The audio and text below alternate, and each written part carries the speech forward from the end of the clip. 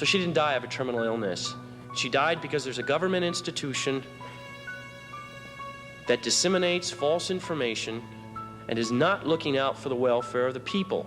If it weren't for the efforts of our group and all of the patients who contributed their time, their effort, and their money, Dr. Brzezinski might not have survived the trial, and he would be rotting away in a jail cell today. There's got to be a way to level the playing field that does not favor the Mercks and the Bristol Myers and the large drug companies. There should be a system developed where we can encourage innovative research that's being done by the sole practitioner, the sole researcher. That's the problem. Let's look at medical breakthroughs. In 1920, Banting and Best, or Banting up in Canada, had discovered insulin and had this idea that if insulin could be given to a patient with diabetes, type 1 diabetes, it would cure the condition. Within 2 years, Eli Lilly had insulin in drugstores. Let's skip another 20 years. Pneumonia was a scourge until Fleming discovered penicillin. Now penicillin was used, pneumonia left. We haven't had a medical breakthrough in 50 years because today medical breakthroughs put at risk the entire financial underpinnings. If you have medical breakthroughs that replace therapies that are failing, then the profits and the cash flow of those therapies that are failing is lost and lost forever.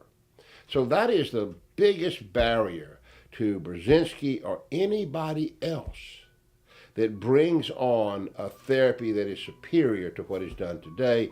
Hence, we haven't had any major medical breakthroughs for the last 50 years. So what do we have? We have this outreach of awareness. We got people running around with all kinds of colored ribbons saying that I am aware of breast cancer. We got football players wearing pink shoelaces, increasing awareness of breast cancer. There was no movement to increase the awareness of diabetes. There was no movement to increase the awareness of pneumonia. There is no need for any movement to increase the awareness of any disease. You got a serious disease in your culture, you are aware of it. And what awareness doesn't do, it doesn't cure the disease.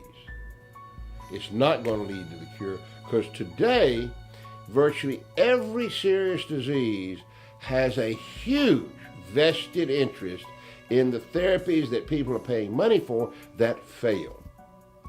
So everything is locked. But when you come across with something that cures cancer,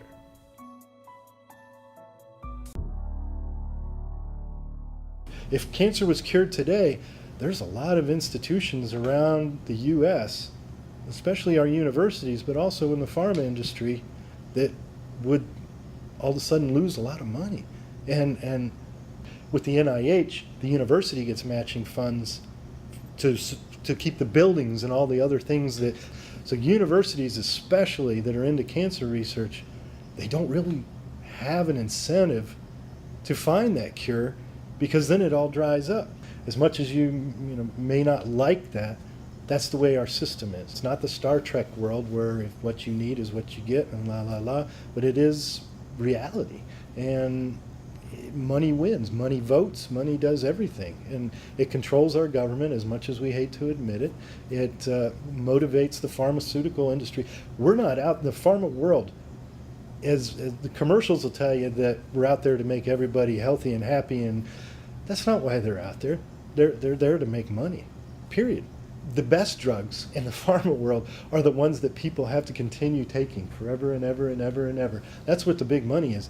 They want to be able to dose people over and over and over, keep them alive for a couple years at least on all the drugs. That's the incentive for making money. Think it through a little bit. It's sad, but it's reality. If you found the cure for cancer, boom, now what? Now you're not doing nothing. You're out of business too.